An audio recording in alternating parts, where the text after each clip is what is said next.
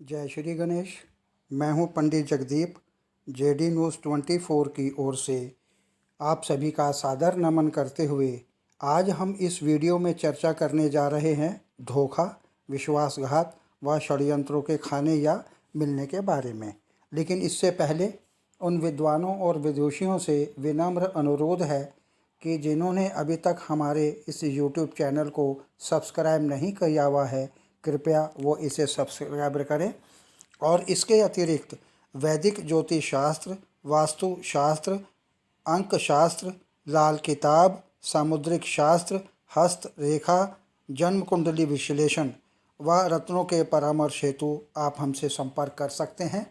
हमारा संपर्क सूत्र है 9318682393।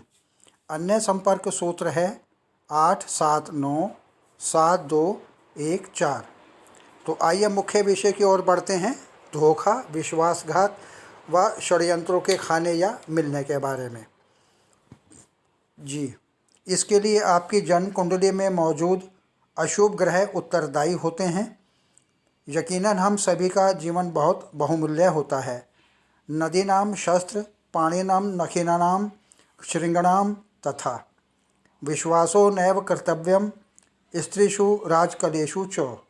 जन्म कुंडली में ग्रहों की शुभाशुभ स्थिति, योग और दृष्टि बहुत महत्वपूर्ण मायने रखती है और इन्हीं ग्रहों की शुभता या अशुभता पर भी संपूर्ण वैदिक ज्योतिष शास्त्र निर्भर करता है कि आप व्यापारिक धोखा, सामाजिक धोखा, आर्थिक धोखा, पारिवारिक धोखा, षड्यंत्र या विश्वासघात से ग्रसित रहेंगे।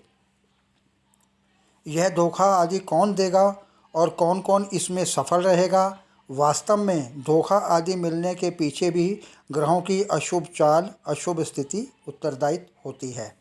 वास्तव में किसी भी जातक की जन्म कुंडली विश्वास और धोखे के बारे में बताती है। कारण जन्म कुंडली में ग्रहों की शुभ अथवा अशुभ स्थिति के अनुसार उपाय जितने भी शीघ्र किए जा सकते हों, आप उतना ही लाभप्रद स्थिति में रहेंगे।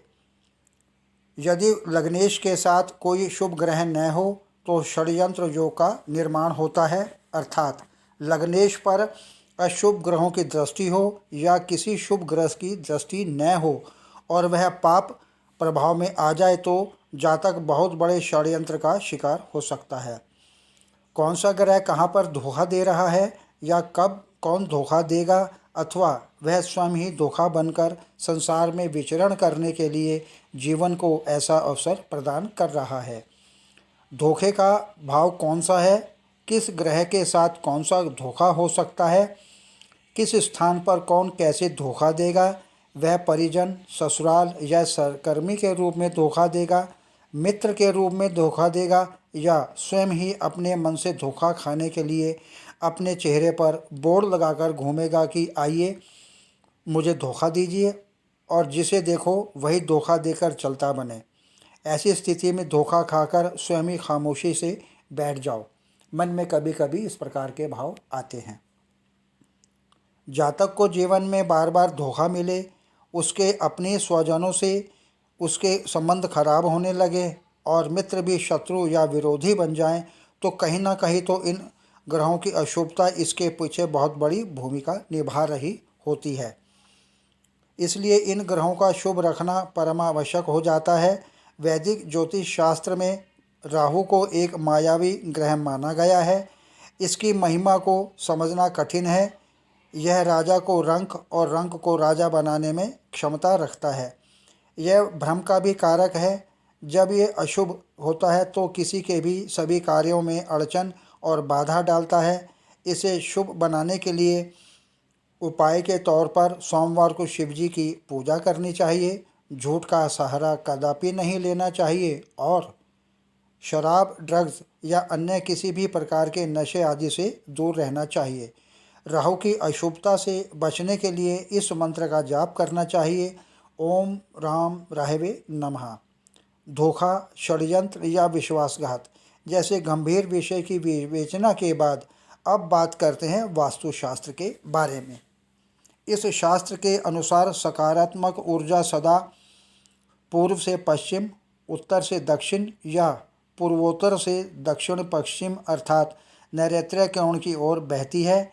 इसलिए उत्तर और पूर्व में कम घने और छोटे पौधे लगाने चाहिए, जिससे सकारात्मक ऊर्जा के आने में अवरोध उत्पन्न न हो सके। घर की पूर्व दिशा में ग्रहों के पौधे, घास और मौसमी पौधे लगाने से घर के सदस्यों को स्वास्थ्य संबंधी समस्या नहीं होती।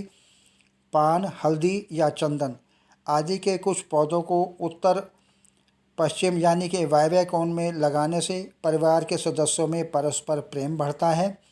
इन पौधों को घर में न लगाएं। अब बात करते हैं उन पौधों की कि जिन्हें घर में नहीं लगाना चाहिए।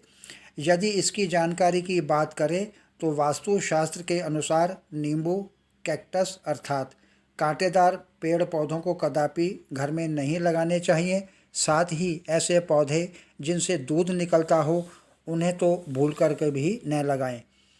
ऐसे पौधों को घर में लगाना अशुभ माना गया है। ऐसे पौधों से नकारात्मक ऊर्जा निकलती है, जिससे घर में अशांति का वास बनने लगता है। किंतु कांटेदार पौधों में गुलाब का पौधा घर में लगाना शुभ माना जाता है, लेकिन काला पौधा यानी काला गुलाब हरगिज़ नहीं लगाना चाहिए, क्योंकि काला गुलाब लगाने से चिंता बढ़ने लगती है। घर में ऐसे पेड़ पौधे भी नहीं लगाने चाहिए जो सांप, मधुमक्खी, उल्लू आदि को आमंत्रित करते हों। आगे प्रभु इच्छा आगामी वीडियो नए प्रसंग के संग ऑनलाइन परामर्श उपलब्ध। आपकी समृद्धि की कामना सहित पुनः जय श्री गणेश।